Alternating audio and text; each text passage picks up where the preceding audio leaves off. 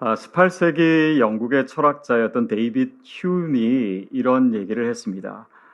기적이라고 하는 것은 자연 법칙의 위반이다. 그러므로 기적을 믿는다라고 하는 것은 현대인으로서 굉장히 비합리적인 일이다.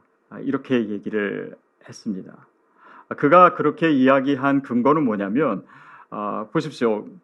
기적이 일어날 가능성보다 기적이 일어나지 않을 가능성, 확률이 훨씬 더 높기 때문에 기적을 안 믿는 것, 그것이 훨씬 더 현명한 것이다. 이렇게 얘기한 것입니다. 물론 우리가 그냥 일반적으로 생각했을 때 그 말은 틀린 말이 아닙니다. 그런데 생각해 보십시오, 여러분. 가능성이 낮다고 그 일이 일어나지 않습니까? 모든 사람들이 다 죽었다고 해서 예수 그리스도가 부활할 수가 없습니까? 물론 예수님이 죽으시고 다른 사람과 똑같이 우리와 같이 되셔서 죽으셨습니다. 그러나 그분은 다른 사람들이 할 수 없는 일을 하셨고 또 그분은 부활하셨습니다.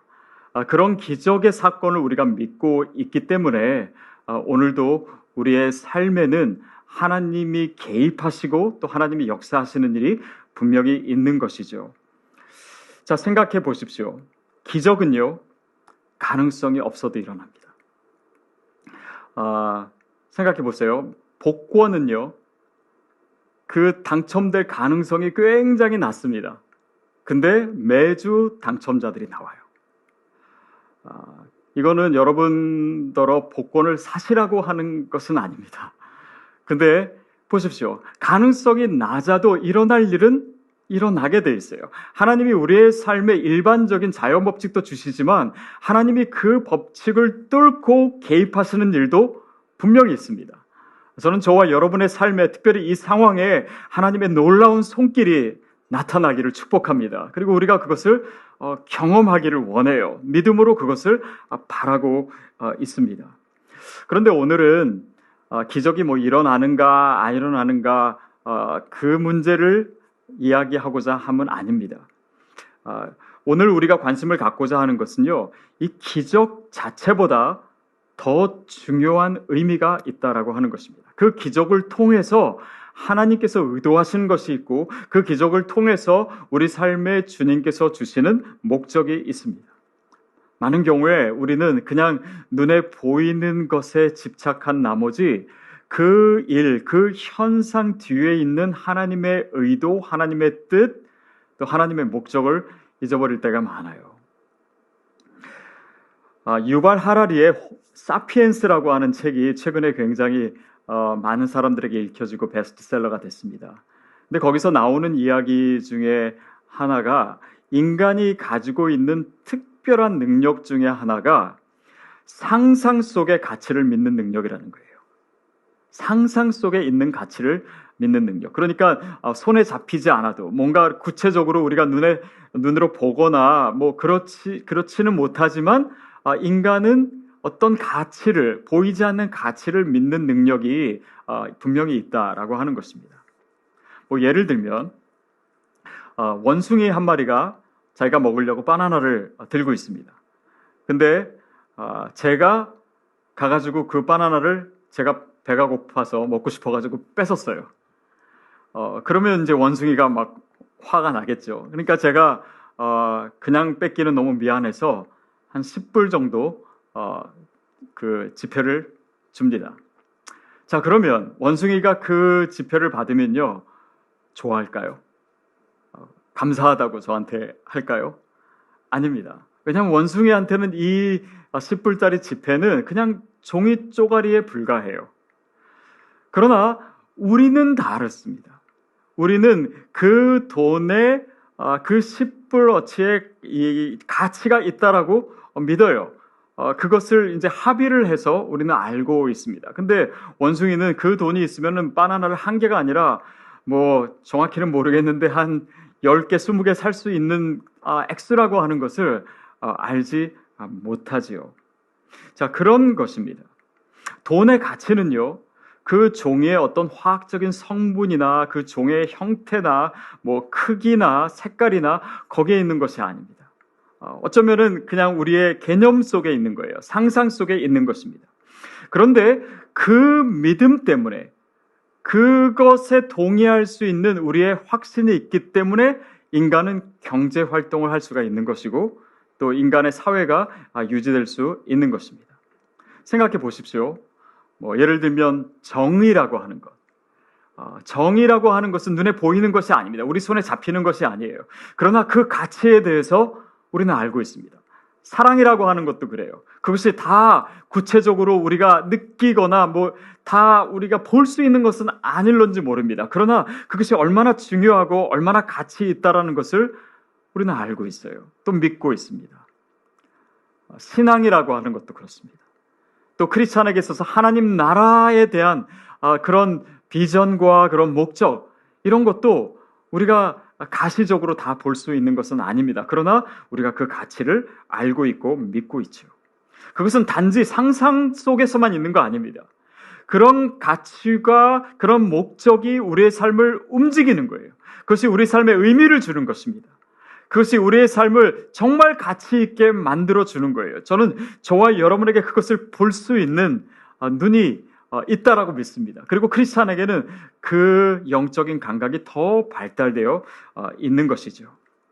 자, 그래서 우리 삶에 일어나고 있는 일, 특별히 기적, 이런 일을 통해서 우리가 관심을 기울여야 하는 것은 그냥 어떤 일이 일어났는가, 어떻게 일어났는가, 무슨 일이 일어났는가, 이것도 중요하지만 그 안에 담겨져 있는 하나님의 의도는 무엇인가, 하나님의 목적은 무엇인가라고 하는 것입니다. 단지 현상이나 어떤 뭔가 무슨 일이 일어났는가의 문제가 아니에요. 예를 들면 여러분 집에 예를 들어서 아들이 둘 있습니다. 근데 첫째 아들이 이번에 성적을 너무 잘 받아갖고 와가지고 이제 부모인 여러분이 운동화를 하나 좋은 걸 사줬어요. 자, 공부를 잘해서 사준 것입니다. 근데 동생을 보니까, 동생은 성적을 보니까 공부도 못했고 운동화 사줄 그 상황이 아닌데 부모가 또 동생에게 운동화를 사줍니다. 왜냐하면 안 사주면 집 나갈까 봐. 자, 똑같은 운동화예요. 그런데 이 각 형제에게 주는 의미가 다릅니다. 형에게는 뭔가 칭찬의 의미를 갖고 있는 것이고 격려의 의미를 갖고 있는 것이고, 동생은 그냥 달래기 위한, 집 나가지 않게 하기 위한 그런 방편으로 운동화를 준 거예요. 똑같은 물건입니다. 근데 많은 경우에요, 우리는 어떤 물건이 있는가, 어떤 것을 내가 받았는가, 어떤 것을 내가 경험했는가, 거기에 치우친 나머지 그 뒤에 있는 의미를 보지 못합니다. 그러나 부모에게 있어서 중요한 것은 뭐냐면요, 운동화 자체가 아닙니다. 아들이 부모의 관심이에요.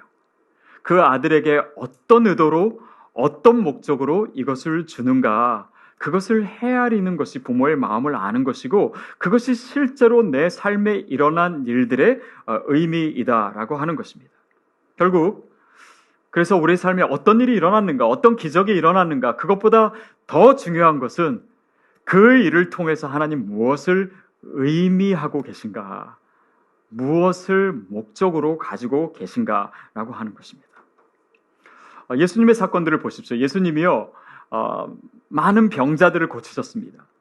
근데 특별히 어떤 병자를 고치신 사건은요, 안식일에 일어났습니다.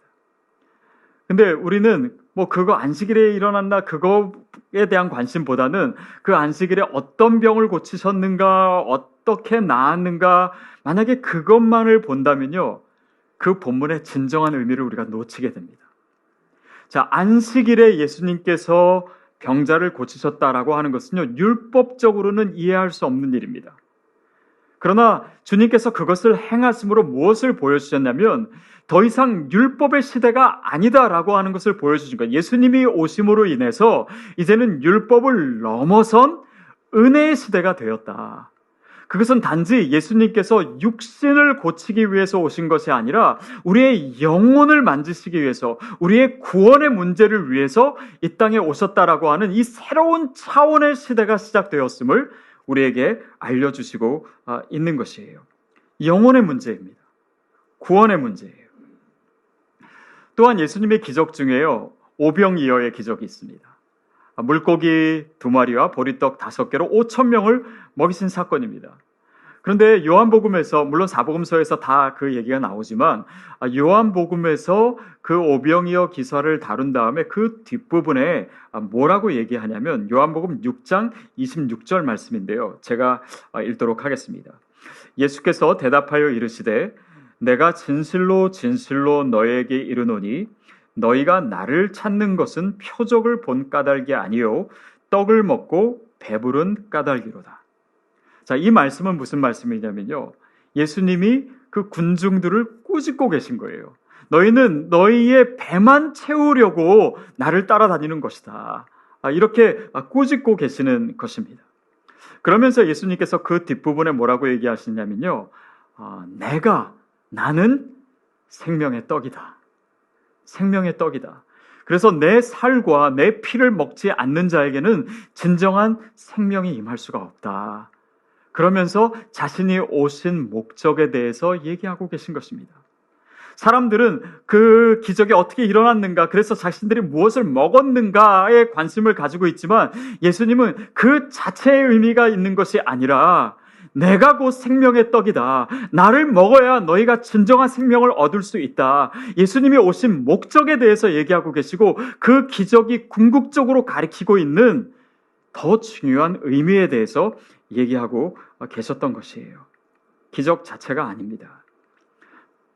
많은 사람들이 그 기적 자체만 관심을 가졌기 때문에 나중에 예수님을 따라다니면서 그런 기적이 나타나지 않고 예수님이 점점 약해지시는 것 같고 십자가에 달려 죽으시니까 예수님을 떠난 거예요. 도망간 겁니다. 왜냐하면 그들의 시선이 바로 그 기적 그 자체, 자신들에게 얻어질 것, 취할 것, 거기에만 집중되어 있었기 때문입니다. 그래서 우리가요, 예수님이 왜 기적을 행하시기를 가끔 꺼려 하셨는지를 우리가 이해할 수가 있습니다. 왜냐하면 예수님은 기적을 베푸시기 위해서 오신 것이 아니에요. 그분은 우리에게 구원을 주시기 위해서 오셨기 때문입니다. 그것을 오해하지 않기를 바라셨던 것이죠. 제 친한 친구 한 명이 있습니다. 이 친구는 이제 어렸을 때부터 홍콩에서 자라고 또 미국에서 공부하고 그래서 이제 영어를 굉장히 잘해요. 그래서 특별히 통역을 잘합니다. 그래서 이제 제가 온누리교회에 있을 때 이제 그 친구도 이제 그 교역자였는데 목사였는데 이제 통역을 많이 했어요. 근데 통역을 너무너무 잘 하니까 그렇게 해서 이제 방송에도 나가고 그러니까 그러고 나면은 이 전국 각지에서 통역을 해달라고 연락이 많이 오는 거예요. 근데 이 친구는 목사고 또 좋은 설교자이거든요. 근데 사람들이 자기를 다 알기는 통역 잘하는 사람으로만 아는 거예요. 그래서 그 다음부터는 어디에서 연락이 와도 거기에 통역하러는 가지 않겠다. 저한테 이제 그러고 실제로 가지 않더라고요. 오해받는 것을 원치 않았기 때문입니다.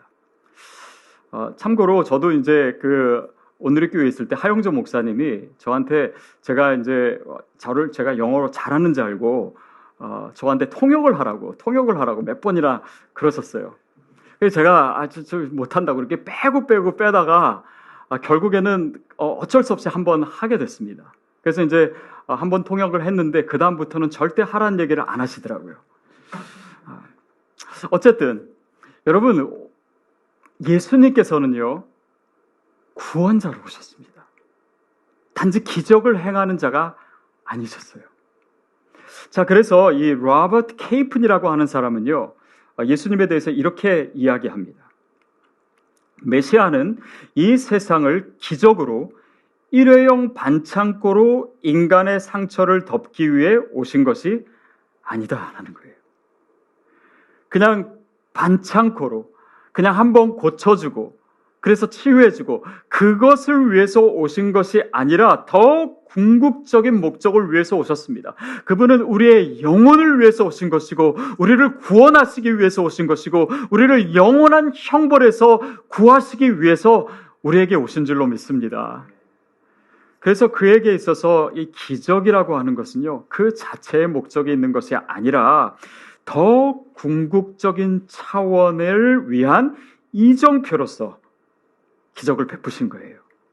예수 그리스도로 인한 구원입니다. 하나님 나라에 대한 그 소식을 우리에게 전하시기 위해서 오신 거예요.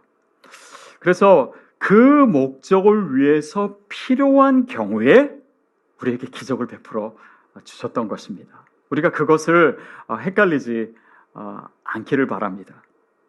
자, 오늘 본문에 와서요. 오늘 우리가 요한복음 11장을 읽었는데요. 자, 이 사건은 베다니에서 이 마르다와 마리아의 이제 오라버니인 나사로가 죽었을 때 예수님께서 그를 살리신 그런 사건입니다. 죽은 지가 4일이나 되었어요. 그런데 예수님께서 오셨고 그 울고 있는 이 마리아와 마르다에게 내 말이 내가 믿으면 하나님의 영광을 보리라 하지 아니하였느냐라고 얘기하시면서 그들에게 믿음을 요청하고 있습니다. 그리고 감사 기도를 하시고 그리고 나서 나사로가 죽었는데 죽은 지 4일째나 되었는데도 불구하고 얼굴에 수건을 쓴 채로 그리고 팔과 다리가 이 배로 이제 덮여 있었는데도 묶여 있었는데도 불구하고 나왔더라라고 하는 기사가 오늘 본문에 나와 있습니다. 자, 근데 여기서 우리가 주목해야 될 것은요, 예수님이 어떤 기도를 드리시고 있나라고 하는 것입니다. 41절에 보면 이렇게 하나님께 기도합니다. 내 말을 들으신 것을 감사하나이다. 내 말을 들으신 것을 감사하나이다. 여러분 보십시오. 이 본문이 지금 주목하고 있는 것은요, 어떤 기적이 일어났는가 그 자체가 아닙니다. 어디에 초점이 있냐면 하나님과 예수님과의 관계에 있어요. 하나님께서 예수님이 하시는 말씀을 듣고 계시다. 즉 하나님과 예수님과의 친밀한 관계를 강조하고 있습니다. 더욱이 그 다음 절에 이것을 반복해서 더 강조해서 얘기하고 있는데 뭐라고 얘기하냐면 항상 내 말을 들으시는 줄을 내가 알았나이다. 같은 말을 반복해서 그러나 항상이라고 하는 표현을 써가면서 이 하나님과 성부 하나님과 성자 예수님과의 친밀한 관계를 얘기하고 있어요. 더 나아가서 이것은 뭐입니까? 예수님이 누구신가를 보여주는 거예요. 그가 하나님의 아들이시다라고 하는 것을 바로 이 사건을 통해서 보여주고 계신 것입니다. 이것이 바로 이 본문의 목적이에요. 누가 살아났는가, 어떤 기적이 일어났는가 물론 중요합니다. 그 당사자에게서 물론 중요할 거예요. 그러나 예수님께서 그 모든 일을 행하신 것에는 항상 그가 누구시며 그가 왜 우리에게 오셨으며 그가 결국 우리에게 무엇을 주기를 원하시는지 그 부분을 예수님께서는 계속해서 보여주고 계신 거예요. 그것이 하나님의 뜻이기에, 그것이 기적의 목적이기에 오늘 우리가 그것을 헤아릴 수 있기를 원하셨기 때문입니다. 그리고 그 뒤에 뭐라고 말씀하시는지 우리가 더 귀를 기울일 필요가 있는데요. 42절에 그 뒷부분에 뭐라고 나와 있냐면 그러나 이 말씀하옵는 것은 둘러선 무리를 위함이니 곧 아버지께서 나를 보내신 것을 그들로 믿게 하려 함이니라. 자, 이 일로 말미암아 예수님께서 의도하시는 것은 뭐냐면요, 주님께서 기도하신 내용도 마찬가지고 곧 아버지께서 나를 보내신 것을, 즉 예수 그리스도가 하나님의 아들이심을 그들이 믿게 하기 위함이다. 결국은 이 모든 사건 또 예수님의 행적을 통해서 주님께서 원하시는 것은 뭡니까? 그것을 본 사람들이, 주위에 있는 사람들이 예수 그리스도를 믿게 되는 것, 거기에 초점이 있는 것이에요. 단지 기적이 아닙니다. 단지 치유가 아니에요. 예수 그리스도를 믿게 하는 것입니다. 그것을 통해서 하나님과의 관계가 회복되는 것입니다. 하나님의 뜻을 아는 것이에요. 그것이 이 사건의 진정한 목적이었어요. 결국 예수님의 의도가 거기 드러나 있습니다. 이 사건을 통해서 주님을 아는데요, 나뿐만 아니라 다른 사람도 아는 것이에요. 결국 이 모든 것은 뭘 얘기하고 있냐면요, 우리가 보는 것, 우리가 손으로 만지는 이런 기적 자체보다도요, 더 높은 차원이 있다라고 하는 것입니다. 결국 이 상황과 이 사건을 통해서 그 사다리 위에 있는 것을 우리가 볼 수 있어야 된다라고 하는 것이에요. 저는 저와 여러분에게 그 시선이 있게 되기를 바랍니다. 여러분, 우리의 믿음은요, 어떤 면에서 볼 때 보험과도 비슷한 면이 있습니다. 이 말은 무슨 의미냐면 천국이 있는지 없는지 잘 모르겠지만 일단 그냥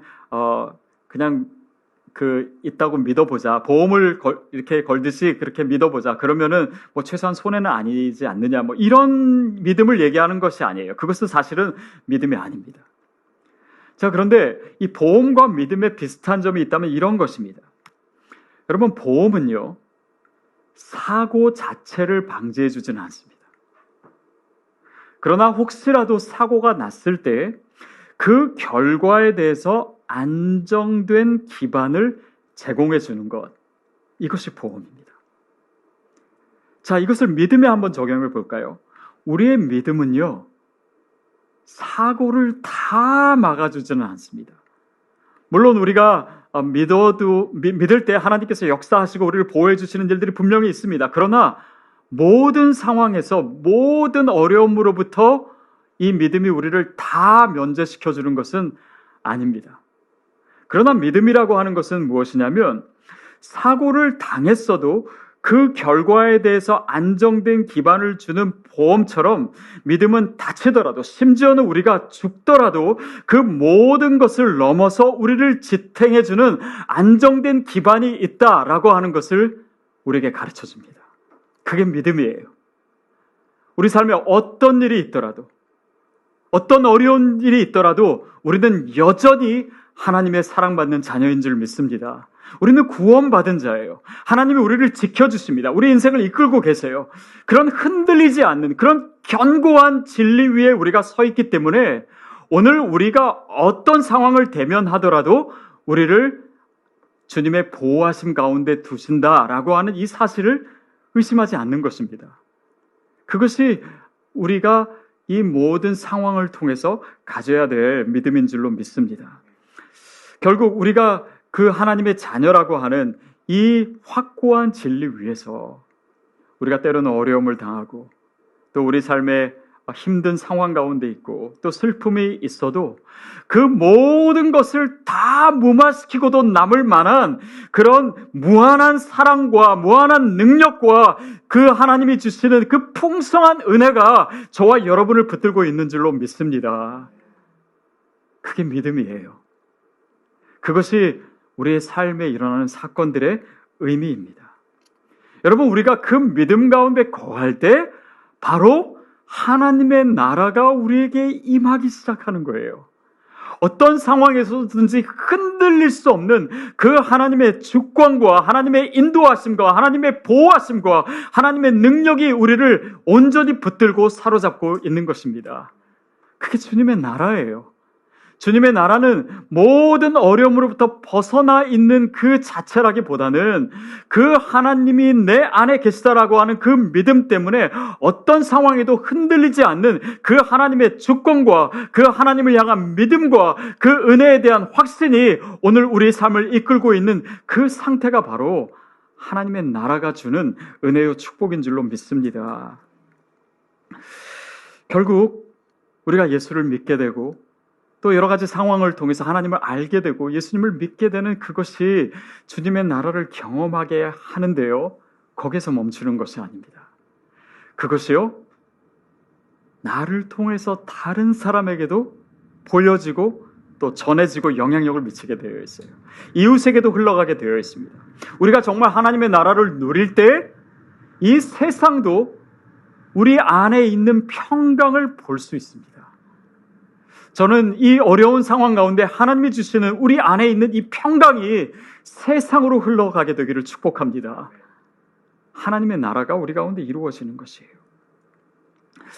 저는 우리 시드교회 성도님들이 꼭 분명히 이렇게 머릿속에서 생각 속에서 정리하셔야 되는 개념 하나가 있다면 그게 하나님 나라에 대한 개념이 아닌가 싶습니다. 왜냐하면 이 하나님 나라에 대한 의미야말로 이 시드교회의 비전에 있어서 그 근간을 차지하고 있는 것이기 때문이에요. 하나님의 나라는요, 영토의 의미가 아닙니다. 주권의 의미예요. 하나님이 우리의 삶에, 내 삶에 하나님의 나라가 이루어진다라고 하는 것은 하나님이 뭐 땅을 많이 주신다라는 의미는 전혀 아니고, 우리 삶의 주권을 가지신다, 하나님이 다스리신다, 하나님이 주인 되신다라고 하는 의미입니다. 그렇다면 우리 안에 하나님의 나라가 이루어질 수 있어요. 또 한 가지 기억해야 될 것은요, 하나님의 나라라고 하는 개념은요, 개인적인 개념이 아닙니다. 늘 공동체적이에요. 하나님의 나라라고 하는 것은요, 나만 생각하면서 그 하나님의 나라를 품을 수가 없습니다. 그 나라는 확장되게 되어 있어요. 이웃을 돌아보게 되어 있습니다. 또 교회도요, 우리 교회만 생각하는 것이 아니라 하나님의 교회를 보기 때문에 개교회주의에 빠질 수가 없어요. 또한 하나님의 나라의 개념은요, 선교적입니다. 영혼의 구원에 이 하나님의 나라의 핵심이 있어요. 그래서 그 하나님의 나라가 확장된다라고 하는 것은 하나님께서 구원하시는 영혼들을 통해서 이루어지기 때문에 우리의 삶을 통해서 사람들이 예수를 믿게 되고 하나님의 나라를 경험하게 되는 그 모든 과정을 포함하는 개념입니다. 거기에 우리 삶의 궁극적인 목적이 있어요. 예수님께서 이 땅에 오셔서 제일 먼저 선포하신 것이 무엇입니까? 하나님의 나라를 선포하신 거예요. 왜냐하면 그것이 그분이 오신 목적이기 때문에, 그분이 오신 목적일 뿐 아니라 오늘 우리가 예수를 믿게 되고 예수를 알게 됐다면 그 나라를 위해서, 하나님 나라의 확장을 위해서 우리가 교회를 이루고 그 교회를 통해서 또 우리 개인을 통해서 그 나라가 확장되는 것, 그것이 바로 예수님이 이 땅에 오신 목적이요, 또 우리를 구원하신 의미이기 때문이에요. 자, 여기서 우리가 기억할 것이 있습니다. 여러분, 기적은요, 요술이 아닙니다. 기적이 뭐냐면, 기적이란 사인입니다. 기적은요, 하나님의 나라를 보여주는 사인이에요. 그 기적을 통해서 예수님을 알게 되고, 그 기적을 통해서 예수님을 만나게 되고, 그것을 통해서 사람들이 예수님을 믿게 됐다면 그것이 기적이고, 그것을 통해서 하나님의 나라가 확장되는 것이기 때문입니다. 그래서 이 기적은요, 하나님의 나라를 보여줍니다. 눈먼 자를 고치시고, 또 저는 자를 고치시고, 죽은 자를 살리시고, 이런 모든 기적은 뭡니까? 그 영원한 나라에서 이루어질 하나님의 나라를 그 기적을 통해서 우리가 부분적으로나마 아니면 파편적으로나마 경험하게 되는 것. 그러니까 천국을 조금이라도 경험하게 되는 것이 바로 이 기적의 의미예요. 그러니까 이 기적은요, 단지 우리가 살아가는 이 세상의 의미를 넘어서서 영원한 나라, 또 이 땅에서 이루어질 이 하나님의 나라와 반드시 의미상 연결이 되는 것이에요. 위르겐 몰트만이 이런 이야기를 합니다. 제가 한번 읽어보겠습니다. 예수님이 행하신 치유는 자연세계 안에서 벌어진 초자연적인 사건이 아니다. 오히려 부자연스럽고 상처받고 악마적이 된 이 세상 속에서 벌어진 참된 의미의 자연적 사건이다. 이게 무슨 말일까요? 예수님이 보여주신 기적은요, 단지 초자연적인 사건이 아니다라고 하는 것입니다. 그것은 어떤 의미냐면 영원한 나라와 우리를 연결시켜주는 사건이에요. 이 어긋나고 이 상처받고 이 악마적이 된 세상 속에서 벌어진 참된 의미의 자연스러운 사건이다라고 하는 것은요, 그 하나님의 나라에 있어서 이것이 너무나 당연하고 자연스러운 사건이다라고 하는 것입니다. 다시 말하면 이 기적을 그 하나님 나라의 개념과 연결시켜서 생각해야 된다라고 하는 것이에요.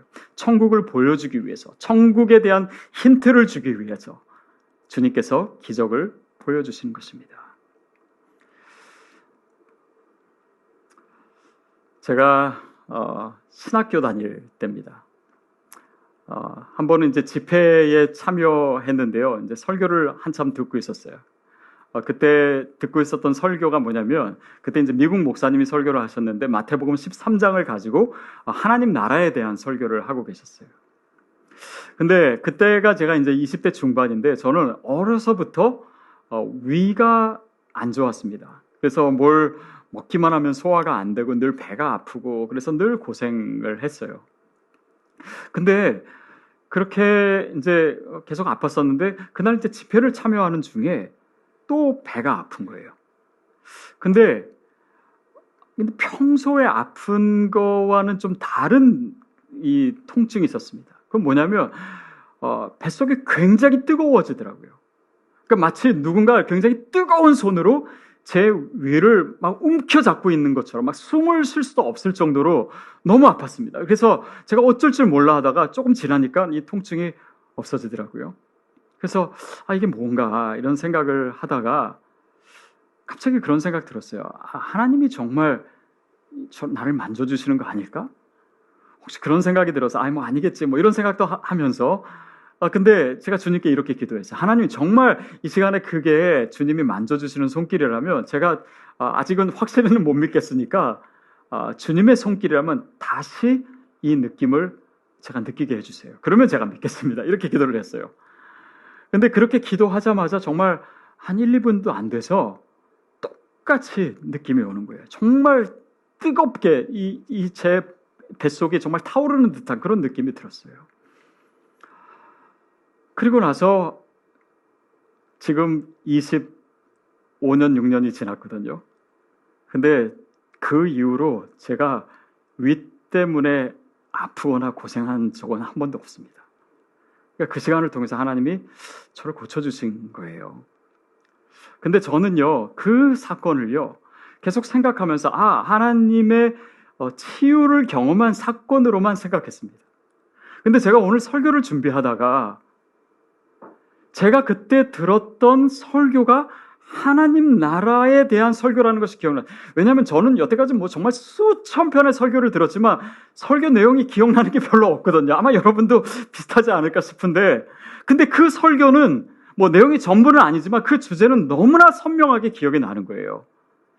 결국 그 기적의 사건은 저에게 있어서는 하나님의 나라와 연결되는 것을 저에게 가르쳐 주시는 것이 아닌가 싶었습니다. 제가 화산 얘기를 한 번 더 해야 될 것 같습니다. 어느 성도님이 제가 화산 얘기할 때마다 제가 좀 어색해하고 그러니까 저한테 그러시더라고요. 아니 그러시지 말라고, 화산 얘기는 좀 많이 해주실수록 좋다고.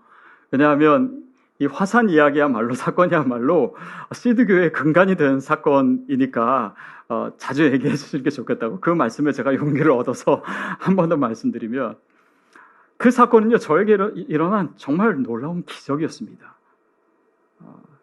설명할 수가 없어요.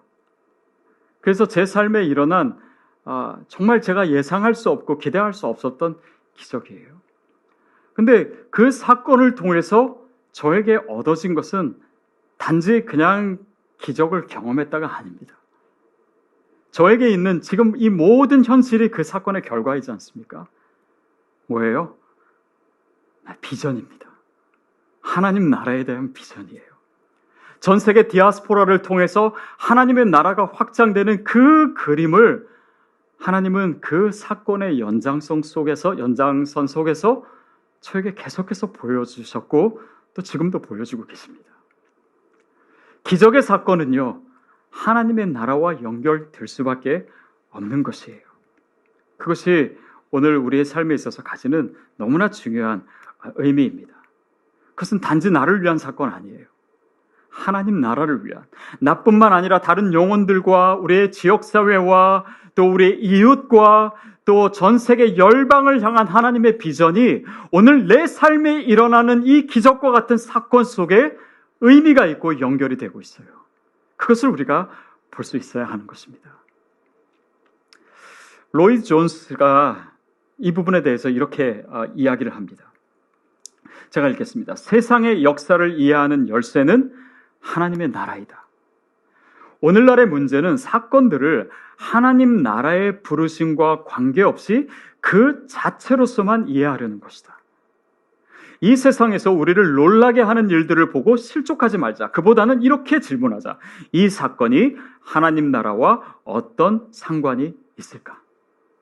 이 사건이 하나님 나라와 어떤 상관이, 어떤 관계가 있을까? 여러분, 그렇다면 제가 여러분께 질문합니다. 여러분 삶에 있는 기적은 무엇입니까? 여러분 삶에 경험했던 기적은 무엇이고 경험하고 싶은 기적은 무엇입니까? 그리고 그것이 어떻게 예수님을 아는 것과 연결이 되고 하나님의 주권과 연결이 되고 또 우리의 공동체와 연관을 갖고 하나님의 나라와 어떤 관계를 가지고 있습니까? 그것을 생각하는 것이 바로 크리스찬이에요. 여러분 다시 한번 여러분 기억하십시오. 기적은 사인입니다. 예수 그리스도를 알게 하고 예수 그리스도를 믿게 하고 그리고 하나님 나라를 보여주는 사인이 바로 우리 삶에 있는 기적이에요. 그렇다면요, 바로 그 시각에서 오늘 내 삶에 있는 기적이 무엇인지를 생각해 볼 필요가 있습니다. 무엇이, 어떤 사건이 우리로 하여금 예수님을 알게 해주고 예수님을 만나게 해주고 또 하나님의 나라를 위해서 살게 해줍니까? 그것을 연결시켜주는 그 모든 것이 바로 기적이다라고 하는 것입니다. 물론 우리가 경험하는 좋은 일, 정말 놀라운 일, 그런 기적 같은 일들도 하나님의 나라와 연관을 가질 수 있어요. 그러나 더 중요한 것은요, 우리 삶에 생긴 힘든 일, 어려운 일, 두려운 일, 나를 아프게 하고 나를 슬프게 하는 일들, 나의 힘들었던 과거, 내게 있는 상처, 나를 지금도 괴롭히게 하는 그 억눌리는 짐들, 그러나 그것을 통해서 내가 예수님을 알게 된다면, 그것을 통해서 내가 예수님을 체험할 수 있다면, 그것을 통해서 내 삶을 통해서 다른 이들이 주님을 알게 된다면, 그것을 통해서 하나님의 나라가 확장될 수 있다면 저는 그것이 바로 기적인 줄로 믿습니다. 여러분, 그것뿐만 아니라요, 우리의 일상의 삶도 기적이 될 수 있어요. 여러분 생각해 보십시오. 우리가 지금 이 코로나 바이러스 사태 때문에 어려운 시간을 보내고 있지만 또 이 시간을 통해서 우리가 그동안 누려왔던 것이 얼마나 놀라운 것이었고 기적이었는지 다시 한번 깨닫고 있지 않습니까? 사람들을 만나는 것, 그들과 함께 밥 먹는 것, 교회에 와서 예배 드리는 것, 이 모든 것이 기적이었다라고 하는 것을 깨닫습니다. 아니, 지금 우리가 온라인으로만 예배 드리고 있는 것도 저는 기적이라고 믿습니다. 그렇다면요, 우리의 모든 일상이 다 기적이 될 수 있어요. 왜냐하면 우리가 이 모든 일상을 통해서 주님을 알게 되고 주님을 느끼게 되고 주님을 믿게 되고 주님을 만나게 되고 그리고 내 삶을 통해서 내 일상의 삶을 통해서 내가 살아가는 모습을 통해서 다른 사람들이 예수 그리스도의 형상을 볼 수 있다면 주님을 알게 된다면 그것을 통해서 하나님의 나라가 확장될 수 있다면 이 모든 것이 다 기적입니다. 그렇다면 크리스찬은요, 우리 삶의 이 모든 것을 우리의 믿음 가운데서 다 기적으로 만들 수 있어요. 우리가 하나님 나라를 위해서 살 수 있습니다. 우리는 날마다 기적 가운데 사는 사람입니다. 여러분 기억하십시오. 우리가 정말 그 믿음 가질 때 우리가 정말 우리 모든 일상과 우리의 모든 경험과 심지어는 이 어려운 상황 속에서도 하나님의 기적의 손길을 바라보고 또 그것을 경험하며 살아간다면 우리 삶에 하나님의 정말 놀라게 하시는 기적도 날마다 일어나게 될 줄로 믿습니다.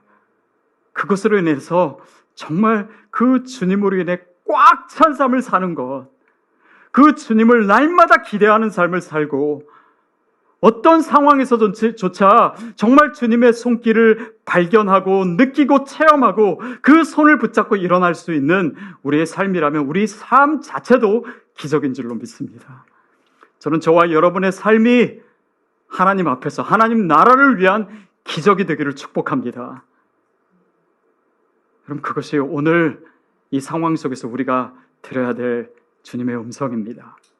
반드시 우리의 상황도 또 우리 자신도 그 기적의 주체가 되고 기적의 메신저가 되고 하나님의 놀라운 역사의 통로가 되는 그 놀라운 은혜를 저와 여러분이 누리게 되기를 주님의 이름으로 축복합니다.